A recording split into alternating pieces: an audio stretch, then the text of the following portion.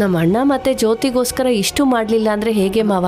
ತುಳಸಿ, ನಿನಗ್ ಸರಿ ಅನ್ಸಿದ್ದಿನ ನಿಶ್ಚಿಂತೆಯಿಂದ ಮಾಡು. ನಾವೆಲ್ಲ ನಿನ್ ಜೊತೆಗಿರ್ತೀವಿ, ಆಯ್ತಾ? ಆದ್ರೂ ತುಳಸಿ, ಭಿಕ್ಷೆ ನೀನ್ ಬಿಡ್ಬೇಕಾ? ಇಲ್ಲ ಅಂತಂದ್ರೆ ಹೇಳು, ನಮ್ಮ ಅತ್ತೆ ಕೈಲಿ ಬೇಡ್ಸೋಣಂತೆ.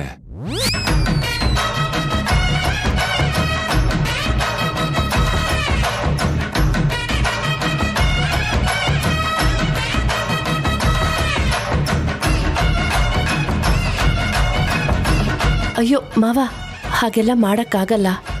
ವ್ರತನ ಯಾರು ಮಾಡ್ತಾರೋ ಅವರೇ ಹೋಗಿ ಭಿಕ್ಷೆ ಬೇಡ್ಕೊಂಡು ತಗೊಂಬರ್ಬೇಕು. ಪರವಾಗಿಲ್ಲ ಅಂದ್ರೆ ಏಳು ತುಳಸಿ, ನಿನ್ ಬದಲು ನಾನೇ ಹೋಗಿ ಭಿಕ್ಷೆ ಬೇಡ್ಕೊಂಬತ್ತೀನಿ. ನಂಗೇನ್ ಬೇಜಾರಿಲ್ಲಮ್ಮ. ದೇವ್ರ ಕಾರ್ಯ ಮಾಡೋದ್ರಾಗೆ ತಪ್ಪೇನೈತೆ ಏಳು?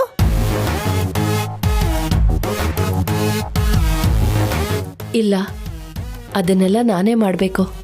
ಸದ್ಯ ನನ್ನ ಕೈಲೇ ಭಿಕ್ಷೆ ಬೇಡಿಸ್ಬಿಡ್ತಾನೆ ಅಂತ ಭಯ ಆಗೋಗಿತ್ತು. ಏ ಇಂದ್ರ, ಈ ಸರ್ವಮಂಗಳ ಅಂದರೆ ನಿನಗೆ ಅಷ್ಟು ಕೇವಲ ಅಲ್ವಾ? ಮಾಡ್ತೀನಿ.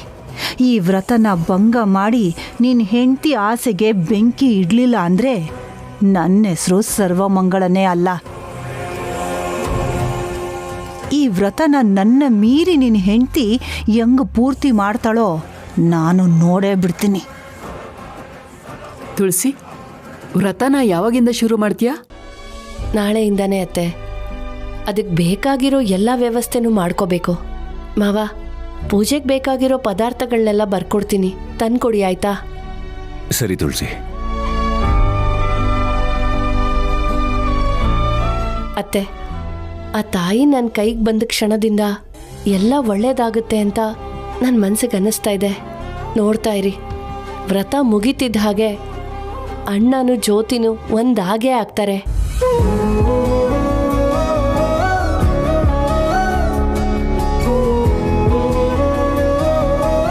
ಬಂಗಾರಿ, ಅಣ್ಣಂಗೋಸ್ಕರ ವ್ರತ ಮಾಡ್ತಾ ಇದೀಯಾ?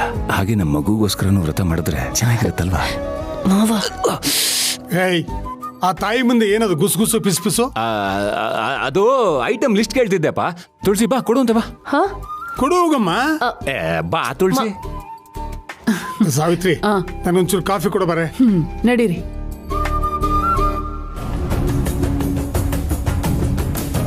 ಏನಮ್ಮ ಇದು? ಇವಳು ಮತ್ತೆ ವ್ರತ ಗೀತೆ ಅಂತ ಏನೋ ಶುರು ಮಾಡ್ಕೊಂಡಿದ್ದಾಳೆ.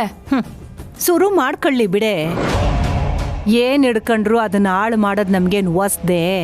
ಈ ಸಲನೂ ಹಂಗೆ ಆಯ್ತದೆ. ಈ ಮನೇಲಿ ನಮ್ಮನ್ನ ಹಿಡಿಯೋರು ಯಾರು?